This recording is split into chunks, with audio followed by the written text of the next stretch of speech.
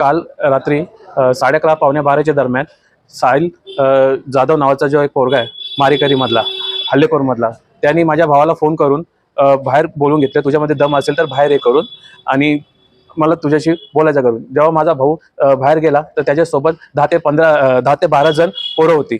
जसं माझा भाऊ बाहेर गेल्यानंतर तसं त्यांनी भावाला मारझोड करण्याची सुरुवात केल्यानंतर कसं तरी भाऊ माझा त्यांच्या झपाट्यातून त्यांच्या यातून सुटला आणि घरी आला. घरी आल्यानंतर त्यांनी झालेलं प्रकरण माझे वडील यांना आणि मला सांगितलं.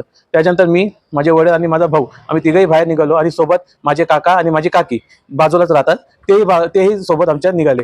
आणि समोर बघितला तर ते 10 ते 12 जण एकदम लोखंडी रोड हातात वगैरे होते त्यांच्या आणि मोठी मोठी दांडकं वगैरे होती, लाकडी दांडकं, हे सोबत ते हातात घेऊन ते सगळे तयारीमध्ये होते. जेव्हा आम्ही त्यांना विचारायला गेलो की बाबा काय का तुम्ही मारहाण वगैरे करता ते, तर तेव्हा त्यांनी काही आम्हाला उत्तर न देता सरळ आम्हाला मारामारी करण्याला सुरुवात केल्यानंतर त्या 4-5 जणांनी काकांना आणि 4-5 जणांनी 3-4 जणांनी मला असं म्हणजे आम्हाला दोघांना दाबून ठेवलं. आणि माझे वडील जे होते ते बाजूला होते उभे. ते थोडं सावरासावर करण्यासाठी, मध्यस्थी करण्यासाठी किंवा भांडण मिटवण्याच्या हिशोबाने मध्यस्थी पडल्यानंतर तेव्हा त्यातला एक जो इसम आहे मयूर कमलाकर पाटील, ह्याच्या हातामध्ये एक लोखंडी रोड होता.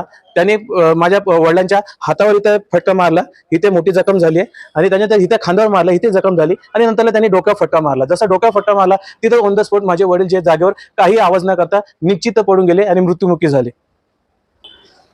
तसं वाद वगैरेची शक्यता नाहीये, पण ही जी लोक आहेत ही आमच्या परिचयची आहेत. जसं आम्ही तिथले स्थानिक आहोत तसे ते स्थानिक आहे. पिढीनपिढी आम्ही ते ओळखणारी लोक आहोत एकमेकांना. आमची पोलिसांकडून आणि आमच्या सगळ्या घरच्यांकडून, आमच्या वंचित बहुजन आघाडी पक्षाच्या मार्फत आमची एकच मागणी आहे, जो मुख्य आरोपी आहे मयूर पाटील, जो सध्या फरार आहे, त्याला अजून अटक झालेली नाही, तो त्याच्या पूर्ण परिवारासोबत फरार झालेला आहे, त्याला अटक करण्यात यावी हीच आमची एक मागणी आहे. आणि बाकीचे जे काय आरोपी जे आहेत त्यांनाही लवकर अटक करण्यात यावी. काल रोजी फिर्यादी आहे त्यांच्या रात्रीच्या सुमारास कुटुंबाचं जेवण करत असताना यातील आरोपित महिलांचा कुटुंबातील एक अल्पवयीन मुलगा तिथे येऊन त्याने फिर्यादी यांचा भाऊ दिनेश यास बाहेर बोलवले आणि त्यास मारांची विगाळ वगैरे धमक्या वगैरे दिल्या. ते बघून त्यांचे वडील आणि इतर कुटुंबातील सदस्य सदर घटनेमध्ये त्यांनी हस्तक्षेप केला असता मुलाला सावरण्याचा प्रयत्न केला असता अल्पवयीन मुलाचा एक साथीदार मयूर पाटील याने फिर्यादी यांच्या वयोवृद्ध वडिलांना लोखंडी रॉडने मारहाण करून त्यांना जीवे ठार मारलेला आहे. या ठिकाणी आम्ही गुन्हा नोंद केलेला आहे. खुनाचा गुन्हा आणि गैरकायदेची मंडळी या कलमांतर्गत आम्ही गुन्हा नोंद केलेला आहे.